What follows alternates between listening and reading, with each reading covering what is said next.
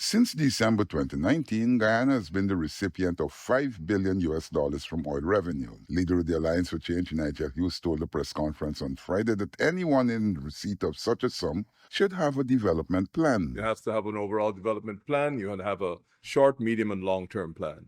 $5 billion, if you spend $3 billion, and I believe that's what they're contending that has been spent, $3 billion could not just fix the roads in Georgetown and its environments and throughout the country. If you look at what has been done, the primary purpose of roads, other than servicing high population areas, is to be able to make it easier for you to bring your resources from where they're located to the port so you can export them. He said that anyone who has $5 billion would show some progress. Unless you steal all of it, it's going to be difficult not to show progress because it's a large amount of money. $5 billion coming into an economy that didn't have that volume of cash coming from a single source, oil, prior to 2020 or December 2019, obviously is going to result in some manifestation of improvement. He said that Guyana deserves a much higher level of investment than the mere talk about building roads. Hughes said that most of the primary resources are located far from the coastland. And we certainly haven't even agreed to fund a road from Kurupukari to Lethem if we were talking about developing that artery for the purposes of bringing goods out of Manaus. So the most basic developmental plans that one would expect where you had that sort of inflow into the economy, we don't even have a plan in place. He said that the few roads couldn't have cost $5 billion. If you have inflows of $3 billion into the economy, assuming that's what you spent and the rest is in the National Resource Fund, there's obviously going to be anticipated higher cost of living. And that is what has happened.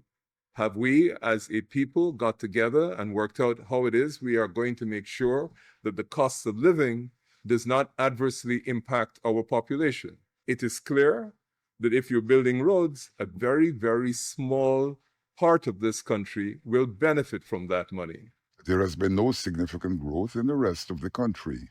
We have not dedicated money to the development of the most important asset of this country, which is the human resource. We have spent a lot of time talking about building $50 million schools and $300 million schools and the Bamia School, but we seem to spend very little time, if any, talking about how much money we are spending on our prize asset, our people, and how much we've spent on training them so that their skills can be upgraded, so that the country as a whole can become more competitive and that it will generate more foreign currency. The nurses and teachers are being ignored.